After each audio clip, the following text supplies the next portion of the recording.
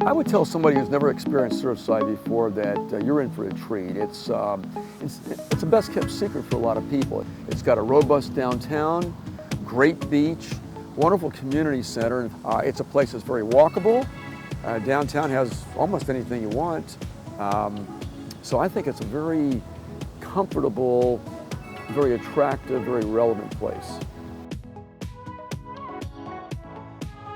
Hi, I'm Dr. Paul George. I conduct tours of Surfside. I've been doing it now for 2 years. Enjoy it so much because there's so much history, architecture, the natural environment, and we have a lot of engaged tour goers, so it makes it a really resonating tour for me. So our first stop, and I think the most important stop on this tour, is the Surf Club. It's an icon in Miami-Dade County. It was built in a year, 1930, designed by Russell Pancoast, a preeminent architect over a period of about 4 decades. It's in the Mediterranean style, which was the dominant style in Miami and other parts of Florida in the 1920s, actually even overlapping into the 1930s.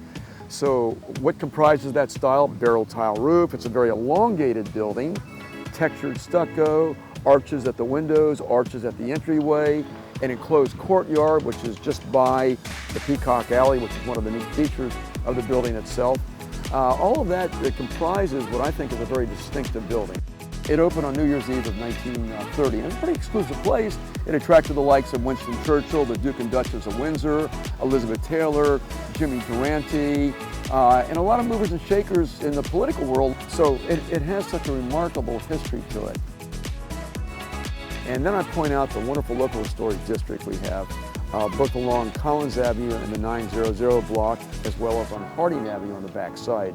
It's comprised of 9 buildings, and the designation was based on their unique styles. There is a combination of Art Deco, which was so dominant in the 1930s, and what we call Miami Modern or MIMO architecture, which became very common and prevalent in the 1950s and 60s. And a couple of great architects contributed to this. Russell Pancoast was one of the designers.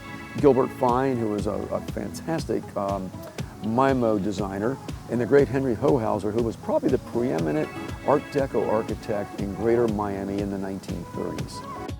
And they feature a style that includes portholes, kind of like our version, our edition Art Deco, nautical modern, if you want to call it that. Rounded contours, the aerodynamic looking machines of the 30s really moved architectural design. All of what we consider to be textbook examples of Art Deco elements will be found in these buildings along Harding Avenue as well as on Collins Avenue. And then as we near the community center, I like to kind of segue from there and talk about this dynamic downtown that Surfside possesses. Harding Avenue is a very special part of Surfside because it hosts the downtown. And you've got drugstores and restaurants and food stores. It just goes on, the variety of businesses that have appeared over the last 70 plus years in downtown Surfside. So it's remained a very important part of this community.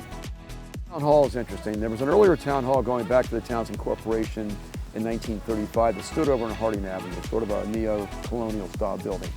They decided they needed something better and bigger, and so in the mid-1950s, they built the present town hall, which opened in 1957. And as the town grew and as things got busier, they decided in the early part of the 2000s, we needed to do something with this to make it more practical, make it more relevant, and they overhauled the building. And they gussied it up a lot, but they also made it more functional. And that's the town hall we have today. The current community center really is one of the stars, I think, of Surfside because it's so heavily used and it's so accommodating to its people. On the site of today's community center stood as recently as 60 plus years ago a rock building that served as a preschool. And then in the early 1960s, they built the first community center on the present community center site. A major overhaul was applied to it in the early years of this present century. And this is what we have today.